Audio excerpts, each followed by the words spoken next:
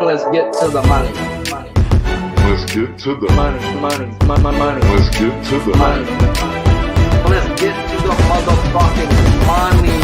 Fuck the bookies, fuck the bookies. FTV screaming fuck the bookies, fuck the bookies, fuck the bookies, fuck the bookies, fuck the bookies, fuck the bookies, fuck the bookies. FTV screaming fuck the bookies, fuck the bookies, fuck the bookies. Middle finger in your ass, screaming fuck the bookies. Woke up in the morning, grab my little black book. Yesterday can eat a dick, cause we lost by the hook. Can't win them all, so you never see me get shook. Today's a new day, the bookmaker's getting cooked. When I spot a dirty keg of 4 units getting played, always find the value, I would never be afraid. Scary money don't win, but I'm not going all in unless I see a bet I love, then I put my balls on a bookie's chin. Let it all soak in, doubling my bread, winning money with my friends. If you got the itch and you wanna go big, follow Sharpie bets and you gon' really fucking win. This is not financial advice, it's entertainment. But if I find the right price, believe I'm parlaying it. You can see my spreadsheet, I'm winning, not just saying it. Profit in the green every week, I'm never negative. I can bet an ace or a shitty old picture. Pick the right spots cause I'm the K-pop whisperer. Shut up when I speak until you finally get the picture. I'm the best in the world, tell me you getting richer. Fuck the bookies, fuck the bookies. FTV screaming fuck the bookies, fuck the bookies, fuck the bookies, fuck the bookies, fuck the bookies, fuck the bookies, fuck the bookies. FTV screaming fuck the bookies, fuck the bookies, fuck the bookies. Middle finger in the air screaming fuck the bookies. Let's get to the motherfucking monies. Let's get to the mother trucking monies. Lineups are coming out. Finally, FanDuel has listed Gosman as the starting pitcher. Now, props should be coming soon. Welcome, guys, to the Balking Dead. This is the best MLB prop show on God's green earth. I'm your host, Sharpie's Bets, and it's Friday. And thank God it's a Friday in September. It may be Friday the 13th, but it's been a September to remember. Let me talk to you. Well, you know what happens on Fridays. We bring in the big guns. We bring in the only guy that I talk K-props with. Y'all know him as Spin Doc. I know him as Chris. How you doing, my guy? I know football got you busy with baseball, so college basketball starts too. College basketball starts too. This is my busy season, but the bread and butter remains strikeout props. Hit a new season high in VIP this week, so I'm very happy with that one. And yeah, we this late in the year, you kind of have to suffer through some bleh cards because you got guys, teams are bringing guys up, guys are going on the IR, you got September calls, there's a lot of guys with not a lot of history. So, there are some short days, but this is not one of them. This has a lot of potential riches to be had. I actually said last night while I was starting to cap it, I told my people, I'm like, I love this card. I have a ton of guys on my finalist list as potential plays. It's actually going to be hard to cut it down and to not have us have 1,000 units in play today. I like you said, yeah, I've already got multiple bets in today before lineups even came out. Now that lineups are coming out, I'm going to have more in the way that these lineups look. So let's just get to it, fellas. On this show, we will talk the opening lines of pitching props as well as the closing K-prop line 30 minutes prior to the show going live. So do me a favor, if you like what you're hearing, smash the like button. If you're new to this channel, please hit that subscribe button as well. First person on the board is Aaron Nola versus the Mets, striking people out at a 23% clip while walking people 6% on the year. Morning line was 5.5 minus 154 on FanDuel. Best line available now is 5.5 minus 160 on FanDuel or 6.5 at plus money everywhere else. Pitching odds 18.5 minus 185 juice to the under with his earned runs juice to the under 2.5 minus 165. Projected lineup is 6 righties, 3 lefties. I don't think that is one of the lineups that came out as man, are they all flying out right now? But let's talk Nola. Well, Nola has the most documented and repeatable history with his opponent today against the projected lineup. 229 plate appearances over the course of his career. That's the equivalent of about 6 full games against this Mets team. And in it, he's got some good history. 25.8% strikeout rate, 26.4% strikeout rate for the Mets last 30 days against right-handed batters. He also has a really good umpire for this one. Just got announced, Lance Barrett, who sometimes can be like Bill Miller light. He is a very pitcher slanted umpire. He's got a overall a decent K rate, and Ks actually go up significantly when he's umping, and he averages 17.4 Ks per game, which is up from the umpire average of about 16.3. So you're thinking all of these things, and you got Nola at home, and then you might think about like, well, why wouldn't I fire on the over here? Like this seems like an over spot, doesn't it? It seems like an over spot, but it also seems like a trappy over spot here. You do have FanDuel, which has a variance right now. FanDuel's at 5.5 compared to everybody else at 6.5. And you also have Nola's, you also have his earned runs, which was at 1.5 last start, up to 2.5 this one. And you also have a few guys that actually have some, even though the overall strikeout percentage is pretty hefty, you have a few guys here with some decent success. And I also, I just, there's something about this one that just seems trappy, especially when his outs on most sites are down from the 18.5 it normally is to 17.5. Subtle change, but there have been multiple games where Nola has been at 17.5, failed to get that, and also failed to get his strikeouts. At Atlanta was one, at Arizona was another one. There were multiple games against both the Dodgers and the Yankees and the Twins where he didn't hit this number. So I'm probably going to be off this one because I originally kind of sort of looked at the over. I for sure don't want to pay heavy juice for an over 5.5 on the off chance that my feeling with some of this stuff and some of the historical trends that I noted is right. And I also don't know if he's going to get to 7 for this one. And so the plus money just isn't enough for me. This is probably looking like a total pass all around. If you're going to bet the over on this one, my only piece of advice would be just tread lightly, because to me, this one looks kind of trapping. Yes, sir. Aaron Nola, guys, gets the Mets for the second time this year. After back in May, Nola had a complete game shutout. But that was when the Mets were lost as a 3-year-old at Disneyland. Now the Mets have bursted their way onto the playoff scene and are what I've been calling for the last month and a half, last year's Diamondbacks.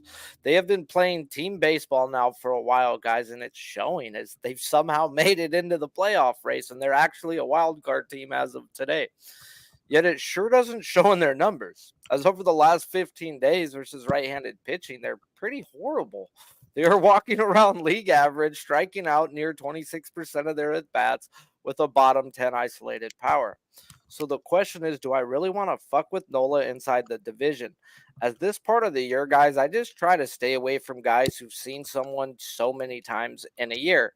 Yeah, we don't have that this year with Nola. We do have past history, as like he was saying, out of the 9 projected, we have 7 guys that add up to 229 freaking at bats. I didn't do the calculations of he did of saying that was that 6 games. 6 full games if you use Good league average. Lord, bro, that's a whole lot of games versus this team. But you know, the good thing is he only seen him once this year, where normally it's 4 or 5 times a year for this guy. So yeah. At first, guys, I thought, okay, guys, I don't even want to get in. And then I was like you said, I looked at the past history and I seen damn near 26% in the past history, see them striking out damn near 26% of the time. And I says, okay, you guys are going to make me get into this, as we know Nola's at home. And if you just go back over the last 2 seasons, he's had a better K percentage at home than on the road by at least 4%. And if you know my candy cane theory, you know why. Today's Friday. This may be a City Connect day, so that may be something if you're using that type of angle, which I know some people who've watched this show now religiously use that, but make sure that you know that it's there tonight and they're not wearing the City Connect. But at the end of the day, guys, I went through this and we look at his plate discipline metrics and we see what Nola struggles at. We see, guys, he is worse than league average at zone contact and league average at chase contact. So let's just go run this projected lineup for those two things. And we may actually have something, guys, as we have 5 people who are league average or worse when it comes to zone contact, and 7 of the 9 worse than league average at chase contact, with Winker being the only guy who comes up elite in both, Lindor being league average in both. Lindor is one of the guys who doesn't strike out, 6 strikeouts and 33 at bats, with Winker 2 of his 24 at bats. So it kind of makes sense, guys, if you just look at what he struggles with and who strikes out to him. Now, the thing that I'm getting at right here, guys, is there's 2 guys who haven't seen Nola, and Alvarez and Vientos. They have the same type of zone contact, chase contact, if not worse, than Marte and Martinez, who in their combined 30-something at bats are striking out damn near 36% of the time. So can he hit this over just on Vientos, Martinez, Marte, and Alvarez? Yes. Yes, he fucking can. But can he also get hooked because everybody else in this lineup is going to project to be a tough out? Where Alonso strikes out 24% of the time, that he's only going to see him 3 times, so he's not even guaranteed 1 time. So you're going to need multiple people to go down. Nola, to me, is also in a guy like Eflin, a guy like Steele. I don't really ask you ever to strike out multiple people. I pretty much put you down as 1 is the most you're going to get. You're not a strikeout guy. Can he have those games where he runs them up? Yes. Yes, he can. But he tends to need to go deep to hit bigger numbers. Granted, this is just a strikeout per inning. And like you said, with his outs being at a 17.5 is very worrisome. Because, yeah, I looked at most of those games. He don't go 18 if he's even if it's juice, it don't matter. This man should never be a 17.5 at home, not in my opinion. Not after coming off of 4 out of the last 5 being an 18.5 and he's 3-2 to the over. It doesn't say drop it. The fucking Mets are bottom 10 hitting right now. They are nothing to write home about.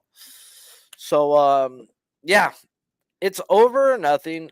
And like before the show started and I was talking with Spin, I says, man, I wouldn't be surprised if this lands on dead ass 6, man. And I'm not paying minus 160 for a 6 that I think the guy gets probably exactly 6.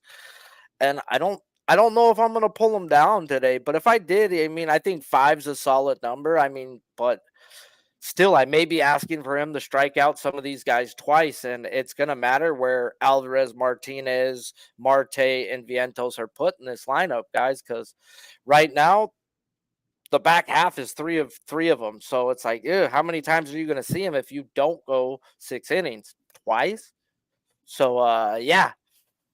More and more, I thought I wanted, like you said, I thought I wanted the over. I think I'm just good on Nola today, bro. Like, at first, I thought I wanted nothing to fucking do with it. Then I did all the work, and I was like, I think I want something to do with it. No, I don't think I want nothing to fucking do with it. Yeah. It's one of those lines where, like, I kind of call it no man's land, where it's like when an NFL team is in that range where, it's like too many yards to go for it on 4th down. Your kicker might have range to make it. Maybe you punt. It's one of those where like any choice that you make could blow up in your face and could cost you. So that's why I said, like if I played it at all, it would be within something where I could pull them down and certainly not pay juice. However you play Nola, if you choose to today, my one piece of advice would be make it so you don't pay any juice. So whether that's combining him with somebody, whether that's taking a really small shot on him just going out there and having a day, if you believe in it, just whatever you do, don't give them an extra cent of juice should it not work out, because there is a variety of outcomes that could happen here. And just know that whatever side you're on, this one could blow up in your face. So to me, I didn't find enough value on either side to seriously consider it. I love it. Hey man, bro, like my phone broke, got a new phone. Big Show's the homie, fucking jumped in the chat and he's like, Big Show's Sharpie, awesome. I got you, Sharpie, man. Shout out Like, to Big Show. I used to do all my graphics on my show and I mean on my phone, and now I don't know what apps I was even using or this or that. So yeah, we're back now on something that doesn't look like I drew it up on my fucking my freaking nephew's freaking stuff. So yeah. I hear you on that one. Let's talk the guy. Let's see if his prop is out now, since FanDuel finally at least put him as a pitcher, and FanDuel has a number. They could suck my ass, bro. I'm going. I don't care about who Sagnuts is, bro, but oh, okay, Let's talk this out. And Let's go I through hate it. betting unders. I hate betting unders, but this guy owes me, and the time I bet is under. Kevin Gosman versus the Cardinals, striking people out at a 22% clip, walking people 7.5% on the year. Line just came out. FanDuel 5.5 to the over, -148. Under is +116. I want that fucking under plus money. Are you fucking kidding me? I'm gonna bet 4.5 plus money. Yeah, so I need to bet it. Right. If I said before show I'll bet a 4.5, then at fucking 5.5. You would think, right? I gotta bet it. Okay. If I get burnt by Gosman again, so be it. It is what it is. Life's a bitch in the Maria one. His pitching outs are 17.5, -135 to the under. Earn runs 2.5, -145, juice to the under as well. Projected lineup is 5 righties, 4 lefties. We got 5 righties, 4 lefties. The only thing different is Walker out for saggy tits or something like that. I'm sure that's not his name, but it's something. Thomas Sorry about Seges. that. Thomas Seges. Seges is his name. Saggy tits works for me. Seges, I don't know. It's If he doesn't strike out, I'll learn his name. Okay. We shall become friends if you don't strike out today. So let's talk freaking Gosman. I know you hate him. I hate him. But I like do. I said, dude, I do. I gotta fade him today. I gotta sign in. I have. He's not quite on the Rodon list, which for those of you that haven't watched me on this show before know that it's a list of guys that because of how frustratingly inconsistent they are, I don't even cap them. I don't look at them. I don't care if they're playing against a little league team. It's called the Rodon list because obviously Carlos Rodon is the namesake of it, and he's also the only current member. Kevin Gosman is just a step below that, where I don't normally look at him, but I think if you are going to play this one, yeah, Sharpie's right. Under would have to be the look here. The guy that we don't know anything about, or that we didn't know little about, Sagas or Sagas, however you say it. 80% zone contact, 57.1% chase contact, pretty much league average, limited history, only 38 pitches for the season. The only thing that gives me pause about this one is, one, he's at home, where Gosman does actually have some a little bit better splits than on the road. And two is that his primary put away pitch has always been the split finger. You go up and down this confirmed lineup now for the Cardinals, and you see whiff percentages. Mason Wynn, who's leading off at 41.2. You see a few other ones that are kind of up there. Goldie is at 45, so you might want to mark him down for one. Lars Nootbaar is at 40. You have Ciani, who's at 36. So a lot of whiff percentage, or a lot of whiff to this slider. Umpire for this game, is that one out yet? Yes, it is. Alex Tosi is the umpire, and he's slightly pitcher slanted, averaging 17 strikeouts per, compared to an umpire average of 16.3. Otherwise, his walk percentage 8.3. That's pretty much normal. But with a pitcher like Gosman, because he throws that splitter so often, is that you need a team that can be patient, that can actually be patient. And overall, their swing percentage for the Cardinals is on the low side, 44.3 compared to a league average of 47.9. However, my other concern here is that over the last 2 weeks, they actually have the lowest swing rate in the zone in Major League Baseball, only 60.6%, which is almost 9 full percentage points under league average. And when you do that against Gosman, you combine that with the potential whiff percentage for some of these guys against a splitter, and the limited history that he has against them, I totally get the underlook. I completely get it, and I'm probably overthinking this just because he's burned me so many fucking times. So my official show take is fuck Kevin Gausman, just like Carlos Rodon, and this will be the last that I speak of him today. But I guess the only good thing if is you are paying, last time we talked Yep. Rodon, me and you went balls out and bet him, and Yep. that's the last time we. At least we're both not running to bet him right here, because that could have been just. So it's just at least it's me right now, but I think I'm gonna talk you onto it.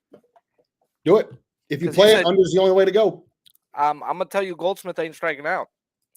12 at bats, 1 strikeout, and that's when Gausman was good. Gausman ain't good no more, fellas. Now, at first, I wasn't sure if he pitches today, guys, but he should have. It's been 7 days since he last pitched, and that's pretty much what they've been doing with him every 6-7 days now for a long time. And like I said before we started talking about him, I would have bet the under 4.5 if that's what they gave me. And we got a 5.5, which I did expect a 5.5. But I was like, it's the Cardinals. I've been betting a whole lot of unders with the Cardinals, and fuck, I'm not afraid to bet 4.5s with the Cardinals. I mean, they're either gonna burn you or they're not. It's just the way under betting is. But I've won more often than not with betting with these Cardinals. So yeah, over the last 7 weeks, guys, I have not bet Gausman. I have done his lineup work every single day, trying to find an advantage. And then I don't bet it because I'm either a cuck who likes to waste my time.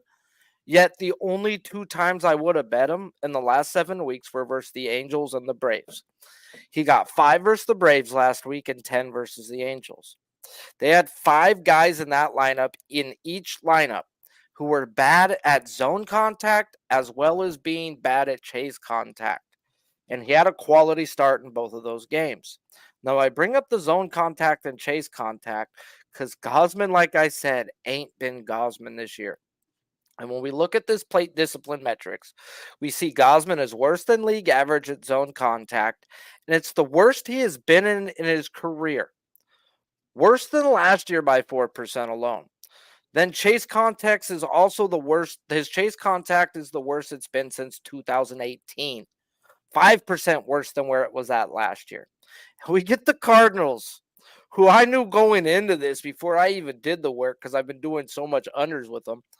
This is a team who has great zone contact and great chase contact.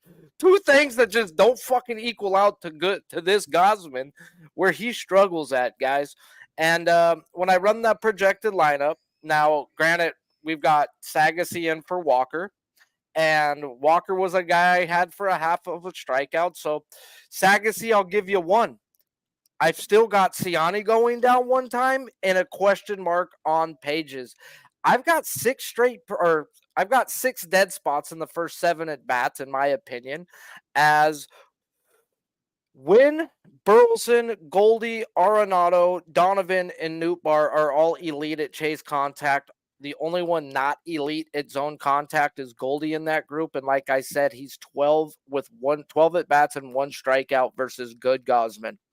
I think this is a worser version of Gausman, and he struck out 1 time versus the guy when he was Cy Youngish award. So yeah, at the end of the day, guys, I'm fading him. Now, I didn't bet. Oh, I've never bet like this until I've seen the guy next to me. He does this, and it takes the risk down somewhat. I am betting just to win a unit right here. I'm not gonna put $100 on a plus 116 and then end up losing 100. If I lose $85 to win 100, fine, fine. It'll be the last time I ever bet Gausman because I think I have a clear advantage to the under here, and I got to get in. I got to. Go ahead. Nope, I'm with. Hey, like I said, if you're gonna play, under's the only way to look. 1 strikeout and 12 at bats versus Goldie. Oh yeah. Oh yeah. I get it. I get the look. There was like Arenado, 17 at bats, 1 strikeout. Like I'm like, okay, dude. You're gonna have to. Siani could definitely strike out twice. This kid can strike out once. And Pages maybe once. Like, okay. Fucking okay. Burn me, bro. Like it is what it is. I've done the work. I wanted this under, and I'm getting in. So it is what it is. Life's a bitch and you marry one, and I may have married, but I'd like to call Kevin Gosman my bitch after today. But a guy a guy that does call me daddy does pitch tomorrow, and I I was can't gonna wait for say, that game. I can't wait for that game tomorrow. just But we haven't talked can't to give. his teammate about what that means, right? Oh man, dude, I'm gonna make so much money this weekend. Thank you, Jose Barrios. Thank you, St. Louis Cardinals. Thank you. I'm just gonna thank you in advance. Thank you, Lord. All right, let's talk about another guy who I don't always bet freaking pre lineups, and you know what? The lines came down, the juices came down, son. I don't freaking care, bro. You got me, motherfuckers. Once we got near minus 120. Tanner Bybee versus the Rays, striking people out 26.5% of the time, walking people just 6.5%. Morning line 6.5 minus 135 on DK. Best line available is minus 120 to that 6.5 on MGM. Pitching out 17.5 minus 125 juice to the under. Earn runs 1.5 minus 180 juice to the over. Projected lineup is 6 righties and 3 lefties. Let's talk Bybee. Yeah, I mean the projected lineup. Yeah, I saw that the actual lineup wasn't out, but whether it's projected or actual, does it really make a difference with this team? I've talked about this here and elsewhere a lot. Is that ever since they went crazy around the trade deadline and pretty much sold off most of their team for prospects, there's only so many guys that they can hide, not either, at the bottom of a lineup or not in a lineup. They have so many guys with so much whiff that you just can't hide them all. And every day you're going to have either somebody like a Jose Siri or like a Caballero, or for sure Brandon Lowe. All of these guys, or Taylor Walls some days, at least 2 of these guys in your lineup because there's nobody else. And what are all these guys? Well, first of all of them have high potential for whiff. Every single last one of the guys that I just mentioned, they specifically have the potential to whiff in the zone. Tampa Bay as a team over the last few weeks, 83.3% zone contact compared to a league average of 85.6.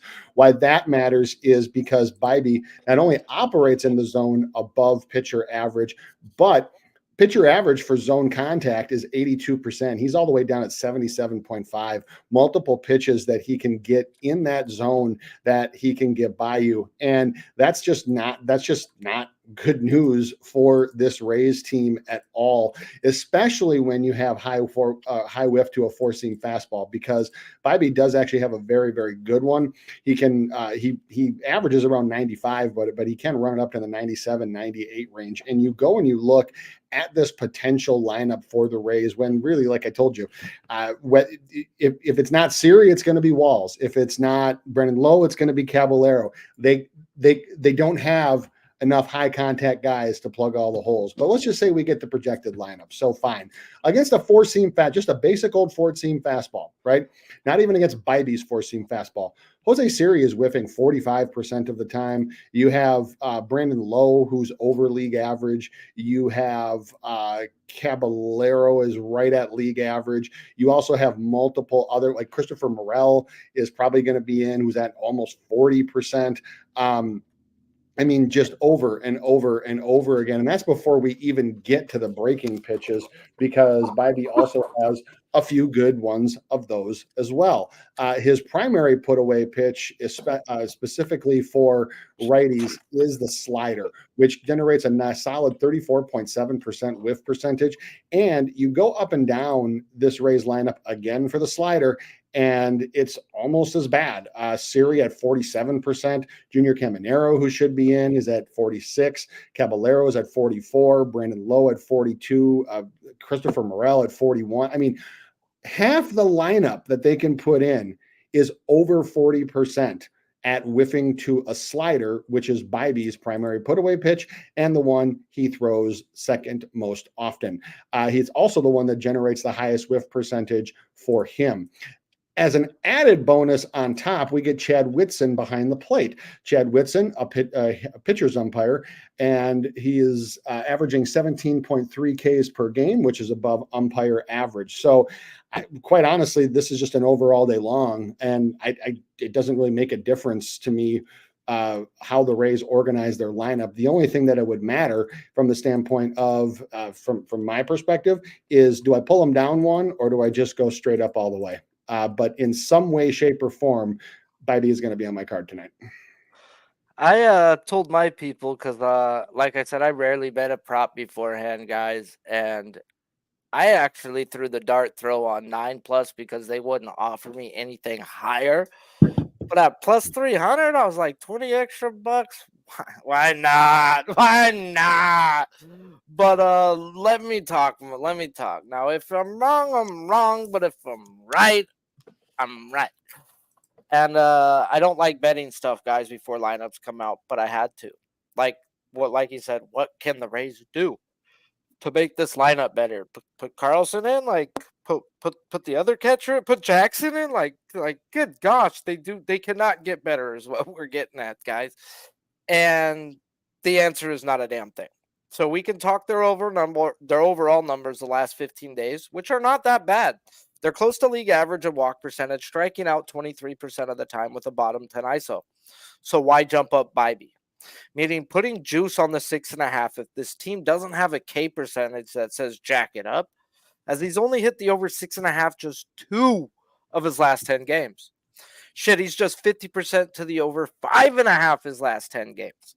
So why don't we just have a juiced up 5.5? I'm going to tell you guys why, guys. It's everywhere I look. It screams Bibee is going to have a day. Mm-hmm. As when we look at his plate discipline metrics, you see a guy who pounds the zones and has an issue with getting guys to chase, and he's not good at chase contact.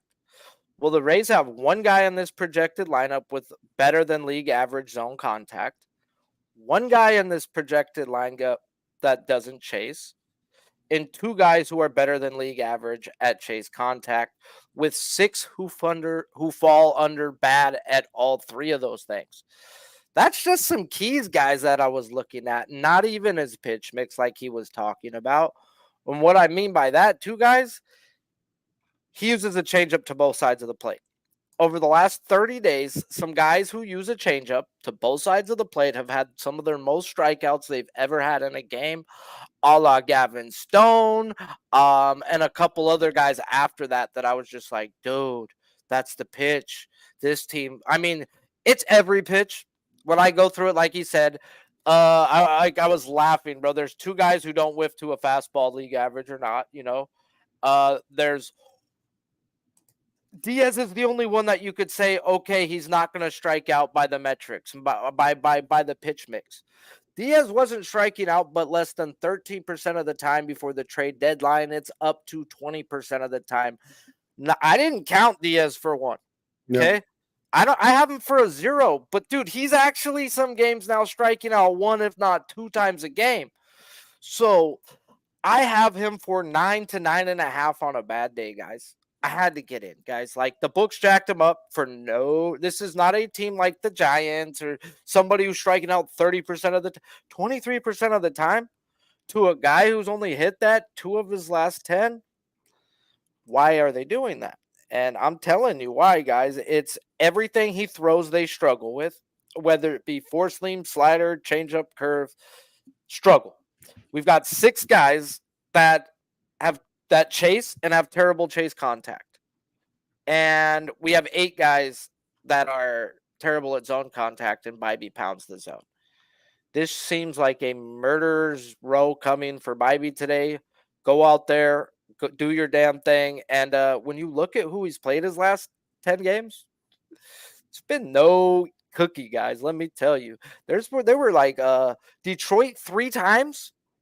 Like within 15 days, like 20 days, he played him 3 times. KC was in there. Back to back with KC's, the Yankees, the Dodgers, a bunch of teams who don't strike out. The Twins.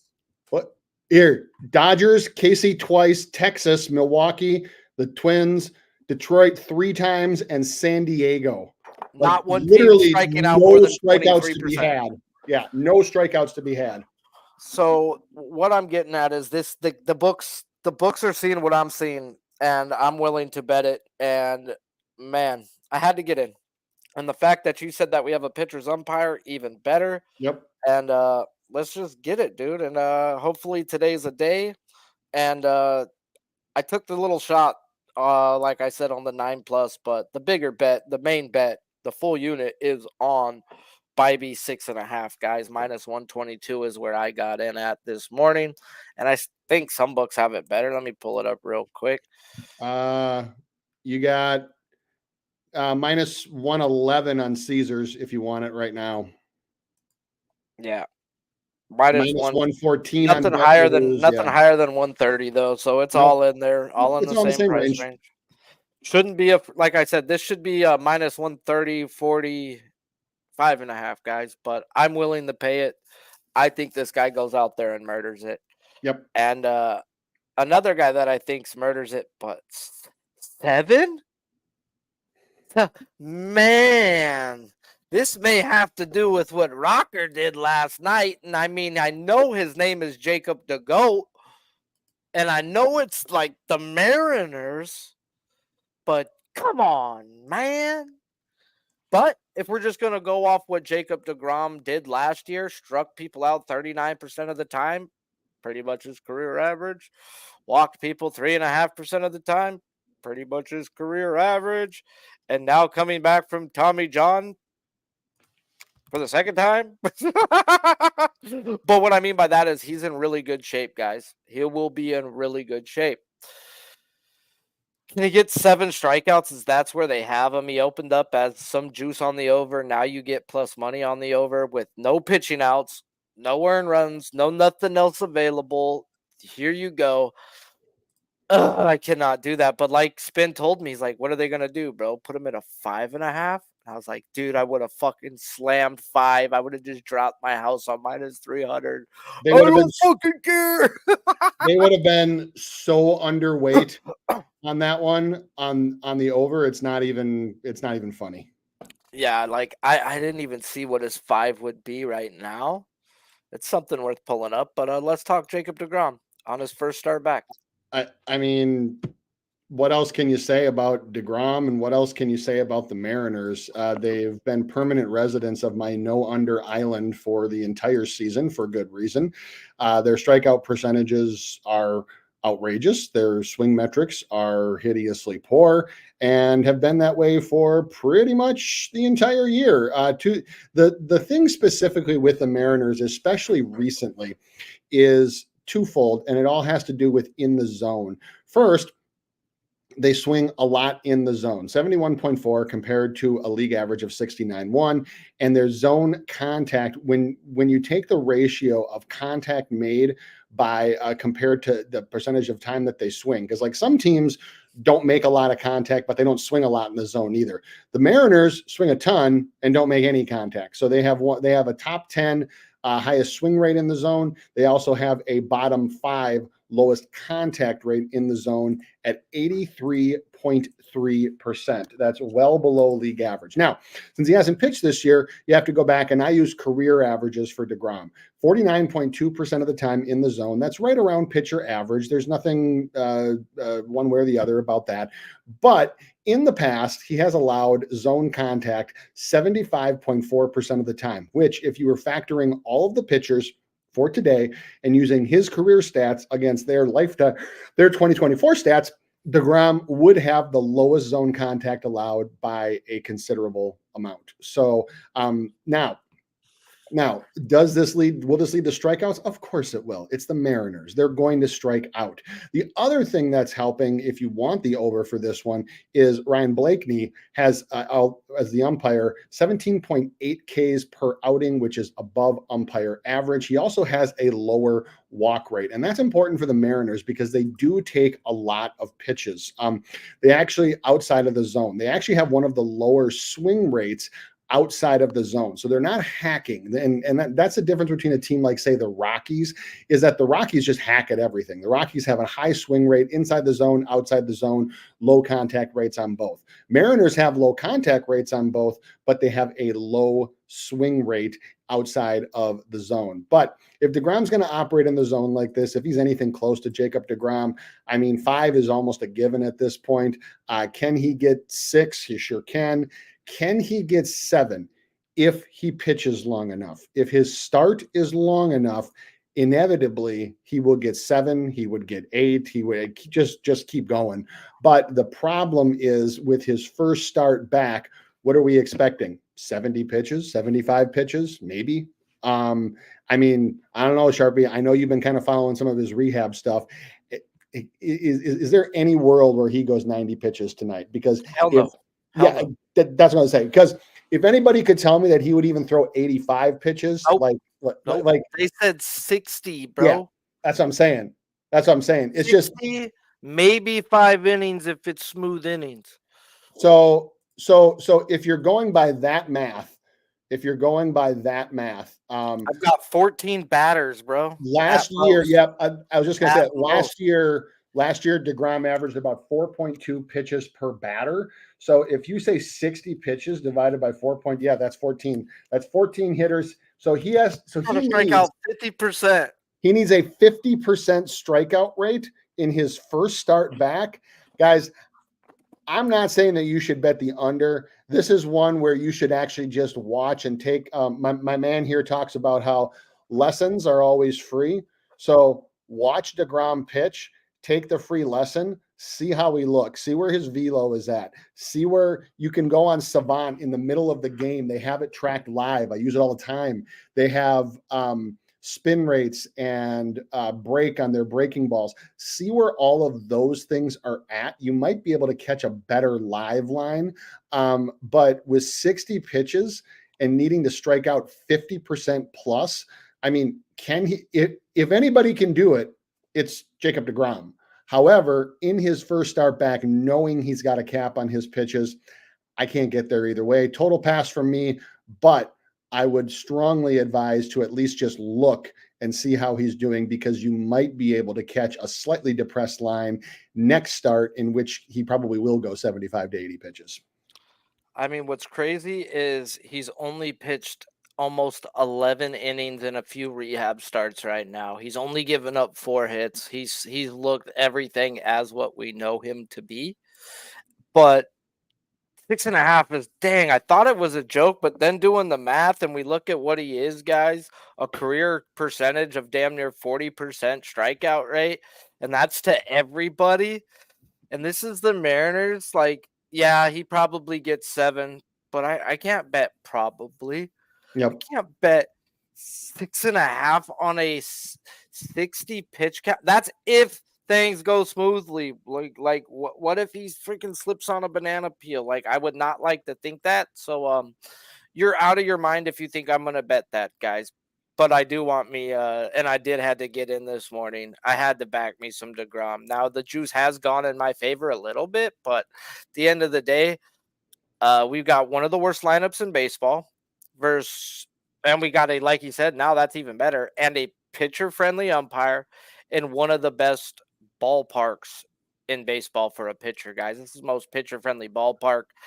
And you're going to give me DeGrom first 3 where I know he's at least going to be out there for at least that long at a minus 130. I had to get in, guys. At first, I thought I wanted the team total under a half run for the first 3 innings, but shout out to my dude Noli in the chat. To ask guys to be perfect is freaking absurd. If they do go out there and put up zeros, great. But to ask a guy to go out there and put up 0 runs in 6-7 innings, dude, that's absurd. And yeah, just in case he does give up a solo shot, okay, at least I still got a shot at a push. Minus 130 first 3, I put a half unit on, guys. But we seen with yesterday Rocker, who went 4 innings, 74 pitches, and 7 strikeouts. Rocker's main out pitch is a slider. He had 62% whiff on that slider last night. Jacob fucking DeGoat and Spencer Strider have a 54% career whiff versus their everybody and their moms, not the Seattle Mariners, who are terrible. So it's over or nothing. You're crazier than shit if you're gonna see me saying cash it and cheering it, but I'll definitely repost it if he goes ape shit and strikes out the side, strikes out the first 9 batters with an immaculate inning somewhere in there. All right, I'll be pumped. Yep. I won't be mad. I'm on him first 3. Diaz is playing hurt. Nola, shout out to Noli. He did sick and told me that the other day, and he has looked hurt. He's playing through some stuff right now. And go ahead, take a day off. Take a day off, my friend. Let's get into the last guy on the board that we were going to talk about, and that is going to be Dylan Cease at the Giants, striking people out at a 33% clip while walking people 11% of the time. Morning line 6.5 minus 135 on DraftKings. That's the exact same line we're still at now. Pitching out 17.5 minus 140 juice to the over. Earned runs 2.5 minus 185 juice to the under. Projected lineup is 8 righties and 1 lefty.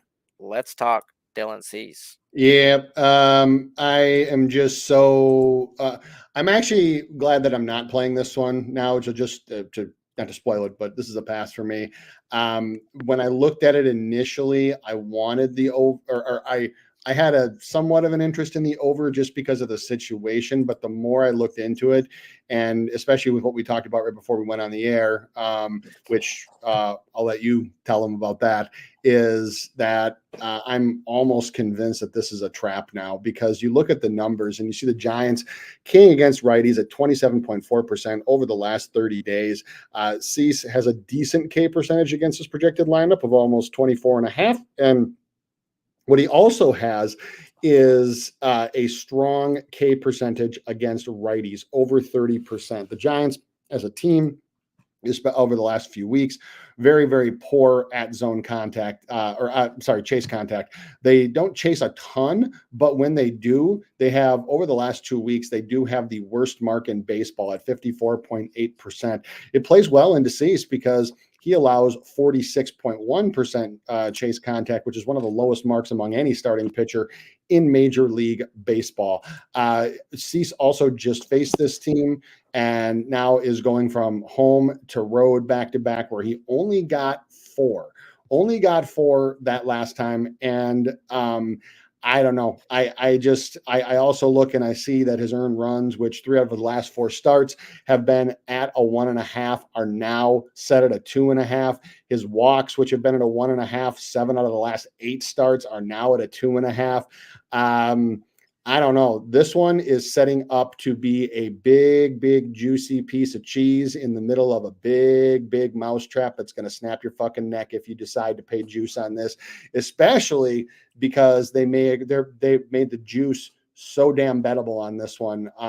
Minus 135, minus 140 might seem a little like it's getting up there, but I can tell you that public squares play that all day, every day, and think that they're getting a deal. So the more that I dug into this one, this seems like a total trap. And thank you for giving me the final piece of info that I needed, Sharpie. So you tell them.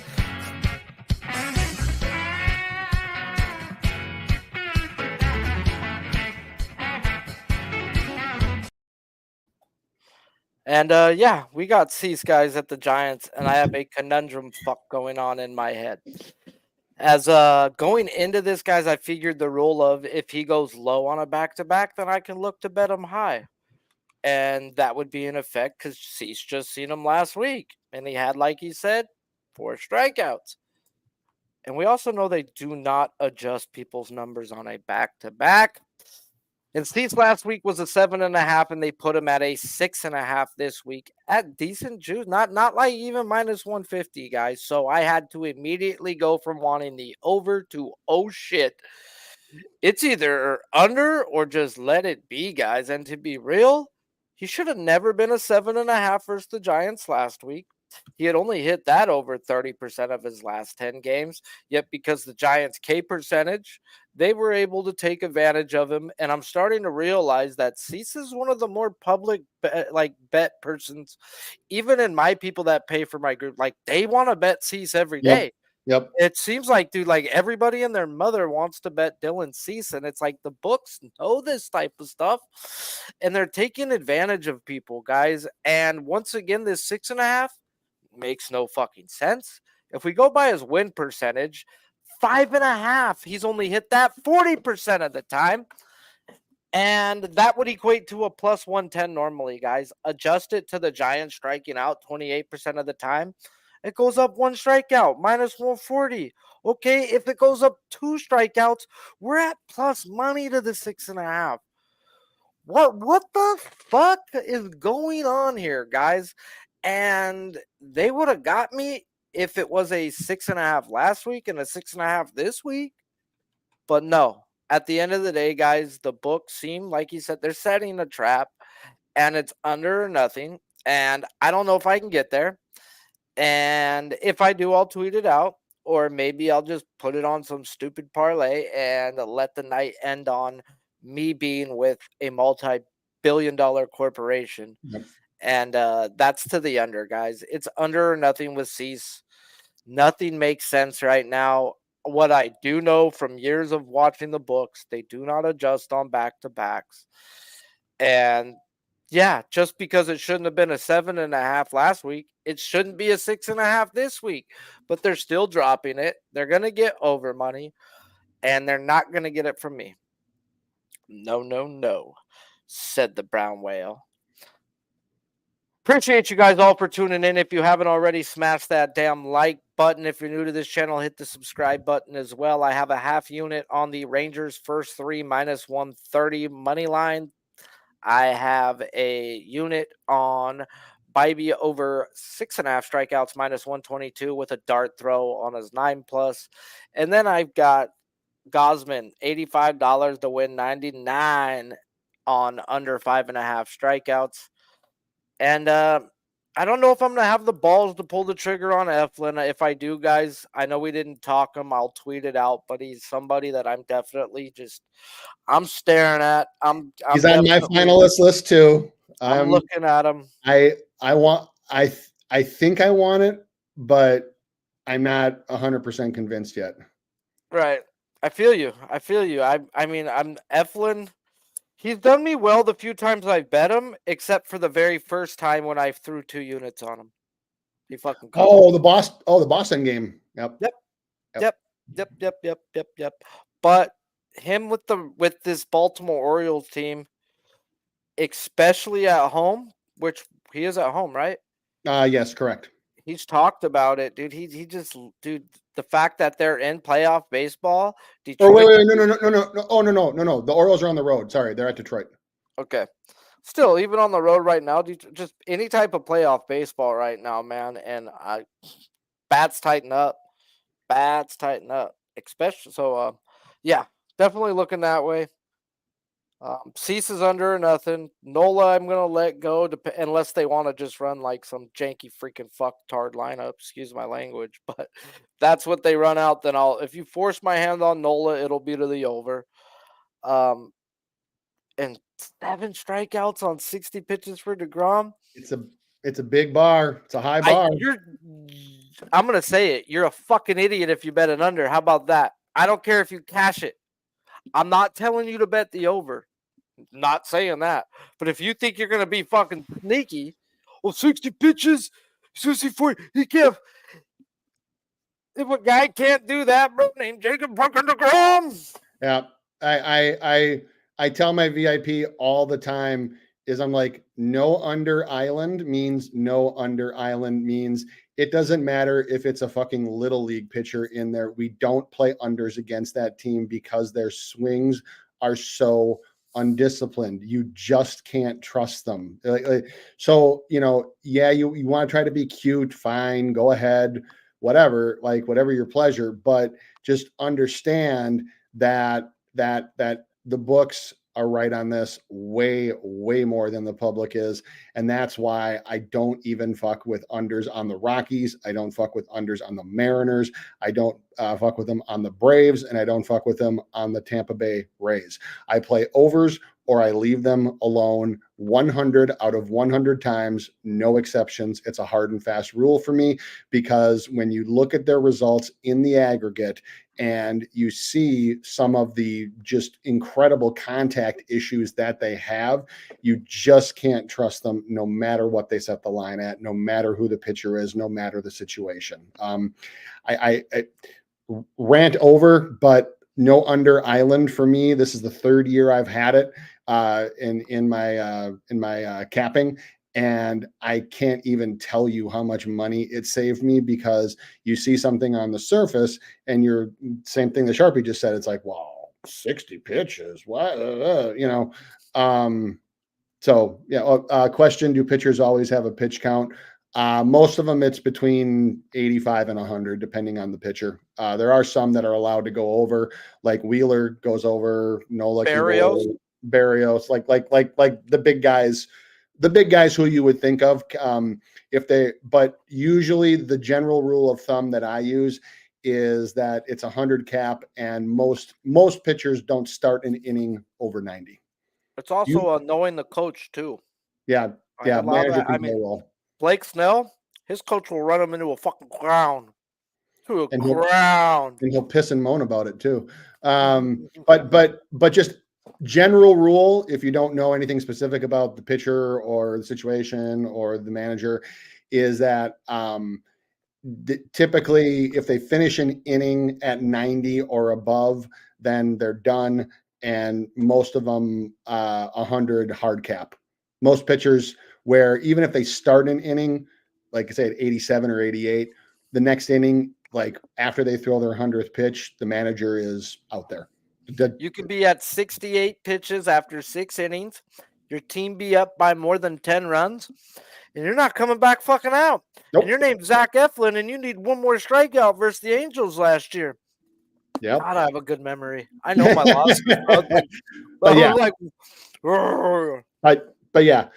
As a general rule, 85 to 100 is usually the max for most pitchers, and very, very rarely does a pitcher start an inning over 90. Yes, sir. Well, bro, as always, I appreciate you. Same here. It's freaking a pleasure. People tune in on Fridays because of you. Some of them because of me, but more likely because of you. Tell these fine people what you got going on, where they can find you if they don't already know. Yep, at Spin Doc Sports on Twitter. VIP is in full swing. NFL week 1 was good to us, and Barty, I'm for those that don't know, I'm a huge fantasy football player. If you do have any lineup questions or anything like that, for VIP, I do customized trade advice, put together trades, do weekly, actually daily fantasy updates, and weekly DFS picks, all that stuff, along with NFL props. So yeah, hit me up if you're interested. For as much as I play strikeouts and strikeout props, I play fantasy even bigger. So, and I'm in my 24th or 25th. I don't even know. I lose track of how long I've been in these big leagues for. So, but yeah, at Spin Doc Sports, and hit me up if you're interested. Yep. Mike. Yeah, I knew I was muted. I'm over here chomping Pez's down and didn't want to be like chop, chop, chop, chop, chop. But appreciate you guys for tuning in. Until next time, cast some freaking money. Cast some money. Haha, I don't smoke weed. Cast some tickets, fellas, and have a great weekend. That's